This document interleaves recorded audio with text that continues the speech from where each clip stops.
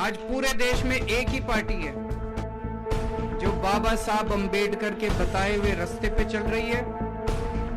एक ही पार्टी है जो बाबा साहब अंबेडकर को अपना नेता मानती है। बाकी सारी पार्टियों को बाबा साहब अंबेडकर चुनाव के पहले याद आते हैं, चुनाव के पहले बड़ी बड़ी बातें करते हैं। हम लोग 24 घंटे मेरे घर पे आएंगे तो वो देखेंगे मेरे घर के अंदर भी बाबा साहब अंबेडकर की तस्वीरें लगी हुई हैं। बाबा साहब अंबेडकर बहुत बहुत गरीब परिवार में पैदा हुए, बहुत गरीब परिवार, घर में खाने को भी नहीं था। और जब स्कूल जाते थे उन दिनों में इतनी छुआछूत थी कि उनको क्लास के बाहर बिठा देते थे। ऐसे माहौल से निकल के वो शख्स अमेरिका में पीएचडी करने गए, लंदन में पीएचडी करने गए, दो पीएचडी करी उन्होंने उस जमाने में, अमेरिका से, लंदन से, और हमारे देश के संविधान लिखा और हमारे देश के कानून मंत्री बने। उन्होंने अपनी जिंदगी में एक ही संदेश दिया था कि गरीबी तब दूर होगी, अन्याय तब दूर होगा, हमारा समाज बराबरी का हक तब मिलेगा जब एक एक बच्चे को अच्छी शिक्षा मिलेगी। उन्होंने एक ही बात कही थी, अगर हमें देश को आगे बढ़ाना है तो शिक्षा देनी पड़ेगी। बाबा साहब का सपना पिछले 75 साल में पूरा नहीं हुआ, लेकिन मैंने कसम खाई है, बाबा तेरा सपना अधूरा केजरीवाल करेगा पूरा। तक आपके इलाके में कभी पिछले 27 साल से यहां पे बीजेपी की सरकार है, कभी कोई बीजेपी का नेता आया आपके यहां पे? कभी कोई मुख्यमंत्री आया? कभी कोई मंत्री आया? आज आम आदमी पार्टी के दो मुख्यमंत्री आपके बीच में आए हैं। तो मौसम बदल रहा है, अब पुराना जमाना जाने वाला है, नया जमाना आने वाला है। सबसे पहले मेरे पास एक चिट्ठी भेजी है अभी कुछ बच्चों ने। इन्होंने लिखा है, श्रीमान केजरीवाल जी, दलित छात्रों के द्वारा चल रही लाइब्रेरी में आपका स्वागत है। ये लाइब्रेरी का नामकरण आपके द्वारा प्रस्थापित हो ऐसी छात्र मैं जरूर करूंगा, तो मुझे वहां पे आना होगा। तो इस सभा के बाद मैं आपके लाइब्रेरी में आऊंगा, मुझे दिखाई दे रहा है उधर शायद लाइब्रेरी है। इस सभा के बाद मैं और भगवंत मान हम दोनों आपकी लाइब्रेरी में आएंगे, बिल्कुल आएंगे और नामांकन करेंगे। मुझे बेहद खुशी है, अभी हर्ष ने जो अपने घर पे मुझे खाने के लिए बुलाया, मैंने उनका निमंत्रण स्वीकार किया, हर्ष ने मेरा निमंत्रण स्वीकार किया। कल हर्ष और उनका पूरा परिवार दिल्ली में मेरे निवास पे मेरे परिवार के साथ हम बैठ के खाना खाएंगे, मेरे घर में उनके चरण पड़ेंगे, मेरा घर पवित्र होगा, मुझे बहुत अच्छा लगेगा।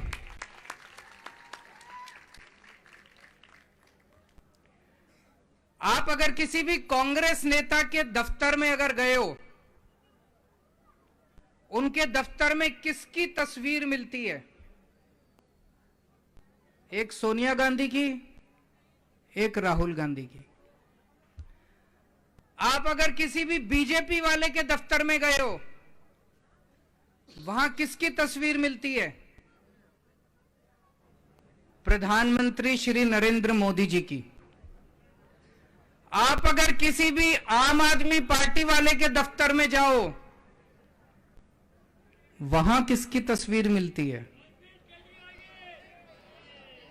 वहां केजरीवाल की तस्वीर नहीं मिलती, वहां भगवंत मान की तस्वीर नहीं मिलती, वहां बाबा साहब अंबेडकर की तस्वीर मिलती है।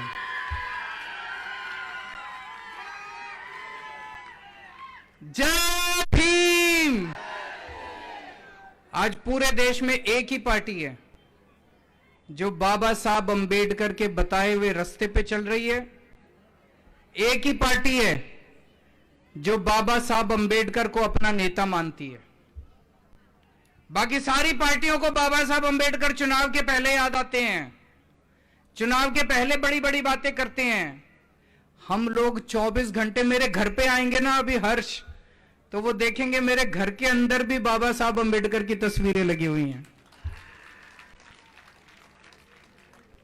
बाबा साहब अंबेडकर बहुत बहुत गरीब परिवार में पैदा हुए, बहुत गरीब परिवार में, घर में खाने को भी नहीं था। और जब स्कूल जाते थे उन दिनों में इतनी छुआछूत थी कि उनको क्लास के बाहर बिठा देते थे। ऐसे माहौल से निकल के वो शख्स अमेरिका में पीएचडी करने गए, लंदन में पीएचडी करने गए, 2-2 पीएचडी करी उन्होंने उस जमाने में, अमेरिका से, लंदन से, और हमारे देश के संविधान लिखा और हमारे देश के कानून मंत्री बने। उन्होंने अपनी जिंदगी में एक ही संदेश दिया था कि गरीबी तब दूर होगी, अन्याय तब दूर होगा, हमारा समाज बराबरी का हक तब मिलेगा जब एक एक बच्चे को अच्छी शिक्षा मिलेगी। उन्होंने एक ही बात कही थी, अगर हमें देश को आगे बढ़ाना है तो शिक्षा देनी पड़ेगी। दोस्तों, हमें आज तक 75 साल में हमने बच्चों की शिक्षा पे ध्यान नहीं दिया। 2 तरह की शिक्षा है हमारे देश में, एक अमीरों को मिलती है, प्राइवेट स्कूलों में मिलती है, एक गरीबों को मिलती है, सरकारी स्कूल में मिलती है। सरकारी स्कूलों का हाल बहुत खराब है और हमारे समाज के लोग गरीबी की वजह से अपने बच्चों को सरकारी स्कूल में भेजना पड़ता है। सरकारी स्कूल में भी जितने बच्चे पढ़ते हैं, गरीब का बच्चा गरीब बन जाता है, अमीर का बच्चा अमीर बनता है प्राइवेट स्कूल में जाके। दिल्ली के अंदर हमने इसको बदलने का प्रण लिया। दिल्ली के अंदर हमने सारे सरकारी स्कूल शानदार बना दिए, सारे सरकारी स्कूल इतने अच्छे बना दिए कि 4 लाख बच्चों ने, 4 लाख मां बाप ने अपने बच्चों के नाम प्राइवेट स्कूल से कटा के सरकारी स्कूलों के अंदर। अब दलितों के बच्चे जो सरकारी स्कूलों में पढ़ते हैं, दलितों के बच्चे इंजीनियर बन रहे हैं, डॉक्टर बन रहे हैं, वकील बन रहे हैं, आईएएस अफसर बन रहे हैं, आईपीएस अफसर बन रहे हैं, जो सरकारी स्कूलों के अंदर पढ़ रहे हैं। बाबा साहब का सपना पिछले 75 साल में पूरा नहीं हुआ, लेकिन मैंने कसम खाई है, बाबा तेरा सपना अधूरा केजरीवाल करेगा पूरा।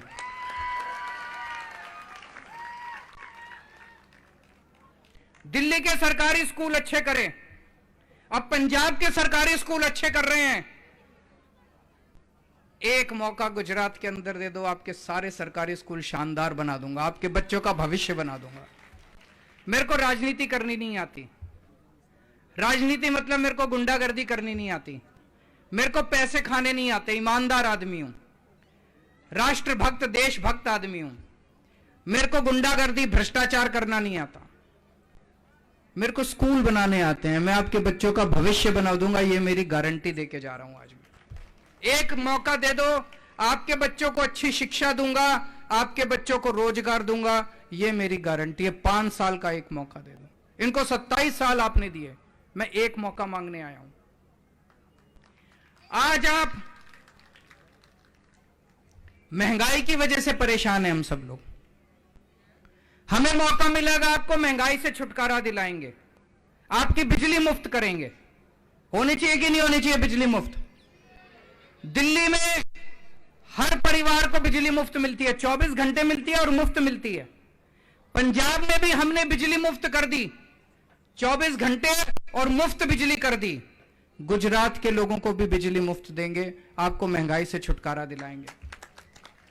आपके स्कूल अच्छे करेंगे, सरकारी स्कूल अच्छे कर दिए, एक एक बच्चे पे प्राइवेट स्कूल में पढ़ाते हो, एक एक बच्चे पे कम से कम 2-2 हजार रुपए, 3-3 हजार रुपए तो प्राइवेट स्कूल में खर्चा आ जाता है।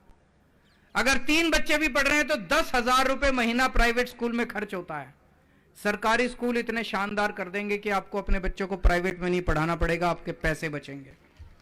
दिल्ली में हमने सबका इलाज मुफ्त कर दिया, सरकारी अस्पतालों में सारे लोगों का इलाज मुफ्त कर दिया, चाहे अमीर हो चाहे गरीब हो, आपको चाहे छोटी बीमारी हो चाहे बड़ी बीमारी हो, 10 लाख रुपए 20 लाख रुपए का भी खर्चा आएगा।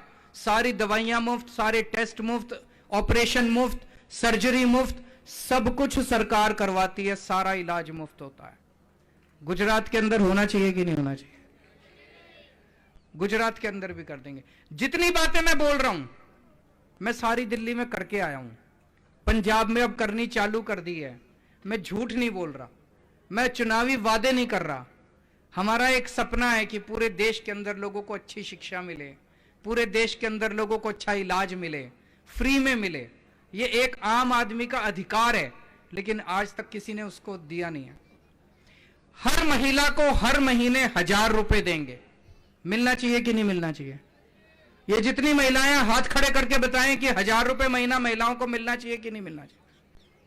ये जितने बीजेपी वाले हैं कहते हैं महिलाओं को पैसा नहीं मिलना चाहिए, इनको पता नहीं महिलाओं से क्या छिड़े। हर महीने हर महिला को 1000 रुपए देंगे, बेरोजगारी दूर करेंगे। ऊपर किसी ने दिखाया था बेरोजगार बच्चे बेरोजगार हैं। 10 लाख सरकारी नौकरियां निकालेंगे, इसका पूरा प्लानिंग हमने की हुई है। 10 लाख। दिल्ली में पिछले 5 साल में मैंने 12 लाख बच्चों को रोजगार दिलवाया है, 12 लाख बच्चों को। पिछले 6 महीने में भगवंत मान ने 20,000 बच्चों को नौकरी दी है। गुजरात में 5 साल के अंदर 10 लाख सरकारी नौकरी निकालेंगे, पूरी हम लोगों ने प्लानिंग की हुई है। आपके बच्चों को रोजगार देंगे, आपको महंगाई से थोड़ी सी राहत दिलाएंगे। अभी कई सारे प्रश्न आए। एक प्रश्न था कि बहुत सालों से भर्ती नहीं हुई है, और दूसरे प्रश्न में था कि कई सारी पोस्टें, कर्मचारी बहुत कम है, 1250 कर्मचारी किसी ने बताया कि कुल हैं। तो पोस्टें नहीं क्रिएट नहीं की गई और भर्ती हुई नहीं है, और जबकि पॉपुलेशन बढ़ती गई। तो बहुत सारी नई पोस्ट क्रिएट करने की जरूरत है। सफाई विभाग के अंदर बहुत सारी नई भर्तियां की जाएंगी, बहुत सारी पोस्टें बढ़ाई जाएंगी और बहुत सारे लोगों को नौकरी दिलवाई जाएगी। एक किसी का आया कि पेपर फटते हैं, पेपर फूटते हैं। ये गुजरात में ही फूटते हैं, दिल्ली में नहीं फूटते, पंजाब में भी नहीं फूटते। गुजरात में क्यों फूटते हैं? क्योंकि इसमें इनके नेता शामिल हैं। अभी तक जितने पेपर फूटे, किसी भी पेपर में कोई जेल नहीं गया। छोटे मोटे लोगों को जेल डाल देते हैं, लेकिन जो मास्टरमाइंड पेपर फोड़ते हैं उनको जेल में नहीं डालते।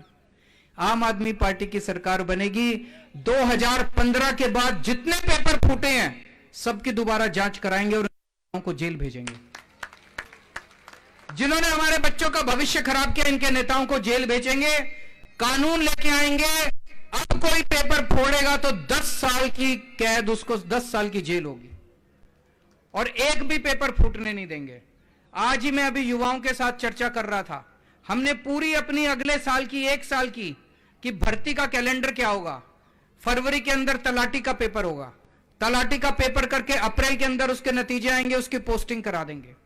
उसके बाद टेट का और टीईटी का और टीएटी का पेपर होगा, उसकी भर्ती करके उसके पेपर, उसके बाद टीचरों की भर्ती करेंगे, उसके बाद पुलिस में भर्ती करेंगे। अगले 1 साल के अंदर जितनी भर्तियां खाली पड़ी हैं सारी भर्तियां करा के आप लोगों को आपका हक दिलाएंगे। किसी ने कहा कि फीस बहुत ज्यादा है स्कूलों में और कॉलेजों में।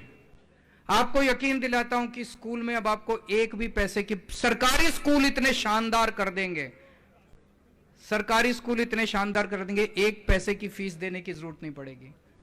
कॉलेज के अंदर दिल्ली में हमने एक योजना निकाली है, जय भीम योजना। इस योजना में जो 12वीं पास करते हैं बच्चे, उनको इंजीनियरिंग के पेपर देने हैं। जो ग्रेजुएशन करते हैं उनको आईएएस के पेपर देने हैं।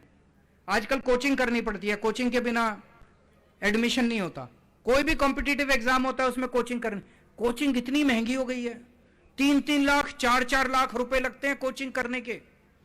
हमने वहां पे दलित समाज के, एससी समाज के लिए योजना निकाली है, आप कोचिंग में एडमिशन ले लीजिए, उसका सारा खर्चा सरकार देती है, दिल्ली सरकार। पिछले 1 साल में 13,000 बच्चों ने, 13,000 एससी बच्चों ने उसका फायदा उठाया। कई बच्चे आईएएस बन गए, कई बच्चे आईपीएस बन गए। 1300 बच्चों का मेडिकल में और इंजीनियरिंग में दाखिला हुआ ये कोचिंग करने वाले बच्चों का, वो योजना यहां भी लागू करेंगे। कई लोगों ने कहा कि सैलरी कम है। सैलरी कम क्यों है? सारा पैसा ये लोग खा जाते हैं। अभी एक बच्चे ने बड़ी अच्छी बात कही, उनका तो 10-10 लाख रुपए का पेन है, उनका तो 10-10 लाख रुपए का सूट है, आप लोगों को 10,000 रुपए महीना भी नहीं मिलता। आपकी तनख्वाह भी बढ़ाएंगे और जो ठेकेदारी सिस्टम है उसको खत्म करके आपको पक्की नौकरी देंगे। आप सबकी नौकरी पक्की की जाएगी। जितने कच्ची नौकरी में है, ठेकेदारी पे है, उसको सबको खत्म किया जाएगा। किसी ने कहा 10 लाख रुपए मुआवजे का प्रावधान है, दिल्ली में हम लागू करते हैं। किसी की भी अगर इस वजह से मौत हो जाती है, मैं खुद जाके 10 लाख रुपए का चेक दे के आता हूं उसके घर के अंदर। अभी तक कई चेक दे चुका हूं मैं। सेफ्टी इक्विपमेंट नहीं दिए जाते, मिलने चाहिए, हम मुहैया कराएंगे। कम्युनिटी हॉल नहीं है दलित समाज के लिए, कम्युनिटी हॉल बनाएंगे। बजट की कमी है, बजट की कमी को पूरा करेंगे। जितना भी बजट की जरूरत होगी वो पूरा करेंगे। और आपकी कॉलोनीज के अंदर कोई भी इंफ्रास्ट्रक्चर नहीं है, पानी नहीं है, सड़कें नहीं है, बिजली की कमी है, वो सारा मुहैया कराएंगे, मेरी गारंटी है। इनको 27 साल हो गए, अब इनका रिटायरमेंट का टाइम आ गया। ये आपने गलती करी, इन्होंने आपको कच्ची नौकरी दी, आपको भी इनको कच्ची नौकरी देनी चाहिए थी, पर आपने इनको पक्की नौकरी दे दी। 27 साल हो गए, अब रिटायरमेंट का टाइम आ गया, इनको रिटायर कर दो। अब हमें भी नौकरी दो, हमें भी काम मौका दो, एक हम भी आपको अच्छा काम करके दिखाते हैं। ये लोग मेरे को खूब गालियां देते हैं, आप पढ़ते होगे अखबार में, टीवी में देखते होगे, सोशल में, केजरीवाल कमीना है, केजरीवाल कुत्ता है, केजरीवाल ठग है, केजरीवाल महाठग है, केजरीवाल खालिस्तानी है, केजरीवाल आतंकवादी है। मेरे को ये गाली नहीं आती। मेरे को स्कूल ठीक करने आते हैं, मैं पढ़ा लिखा आदमी हूं, मेरे को स्कूल ठीक करने आते हैं, मैं ईमानदार आदमी हूं, आपके बच्चों के स्कूल ठीक कर दूंगा। मेरे को नौकरी देनी आती है, आपके बच्चों को नौकरी दे दूंगा। मेरे को अस्पताल ठीक करने आते हैं, आपका फ्री में इलाज करा दूंगा। मेरे को गाली गलौज करनी नहीं आती, वो गालियां सारी उनके जिम्मे। वो जो भी कहते हैं केजरीवाल ठग है। अब ये बताओ कौन सा ठग बच्चों का पढ़ाई का इंतजाम करता है, कौन सा ठग लोगों के इलाज कराता है? कहते हैं केजरीवाल आतंकवादी है, मैं आतंकवादी दिखता हूं आपको? तो गालियां सारी उनके जिम्मे। कल मैं हर्ष आपका और आपके परिवार का दिल्ली में इंतजार करूंगा। मेरे एमएलए आपको लेने के लिए आएंगे, वहां पे मेरे मंत्री मौजूद होंगे एयरपोर्ट के ऊपर आपको लेने के लिए, और आज रात को आपको टिकटें आपके घर भेज देंगे। और मुझे बहुत अच्छा लगेगा आपके सारे परिवार के साथ मिलके कल। आप सब लोगों का बहुत बहुत शुक्रिया।